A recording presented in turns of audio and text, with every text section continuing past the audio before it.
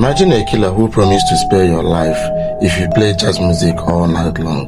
In 1919, the city of New Orleans did exactly that. Bars in the streets, families huddled in their homes, every corner filled with frantic music.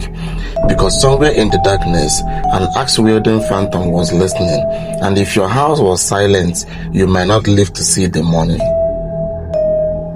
That phantom became known as the Axeman of New Orleans, a brutal figure who terrorized Louisiana between 1918 and 1919. He wasn't like other killers.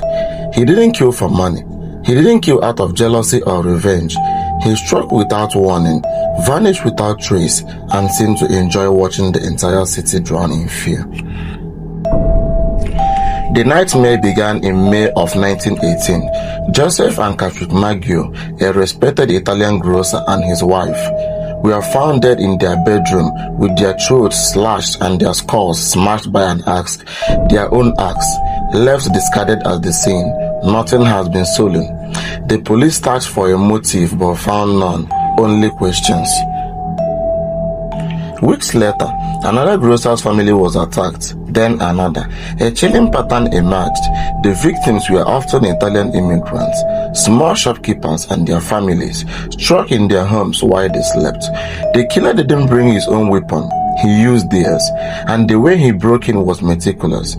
The door carefully chiseled open, as if he had practiced the craft of bug riding. But once inside, he showed no mercy. Skulls were split, faces were crushed, throats were opened. Survivors described the waking to the sight of a shadowy figure towering above them, axe in hand. For those who lived, the scars, both physical and psychological, will never fade. New Orleans, already a city of mystery and folklore, plunged into hysteria. Newspapers ran both headlines. Families slept with weapons by their bed. Some sprinkled holy water on their doors. Others painted crucifixes on their windows. Rumors spread. Was this a madman, a mafia hitman, or even something darker? Then, in March of 1919, the Axeman broke in silence. A letter appeared in the Times-Picayune. The writer claimed to be the killer himself. He mocked. He taunted. He called himself a demon from hell, unstoppable and hungry for blood. But one line in the letter froze the city in terror. The Axeman declared that on March 19th, he will strike again. Only one chance at survival. Every home must be filled with the sound of jazz. Those in silence, he promised, will feel his wrath.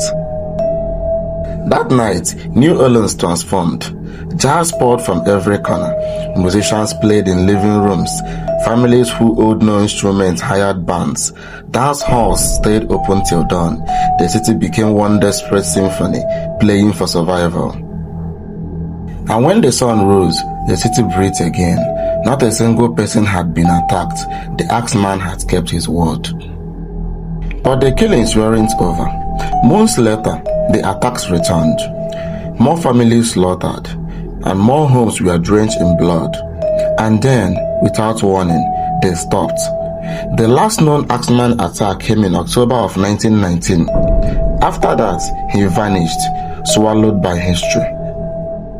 The Axeman of New Orleans was never caught.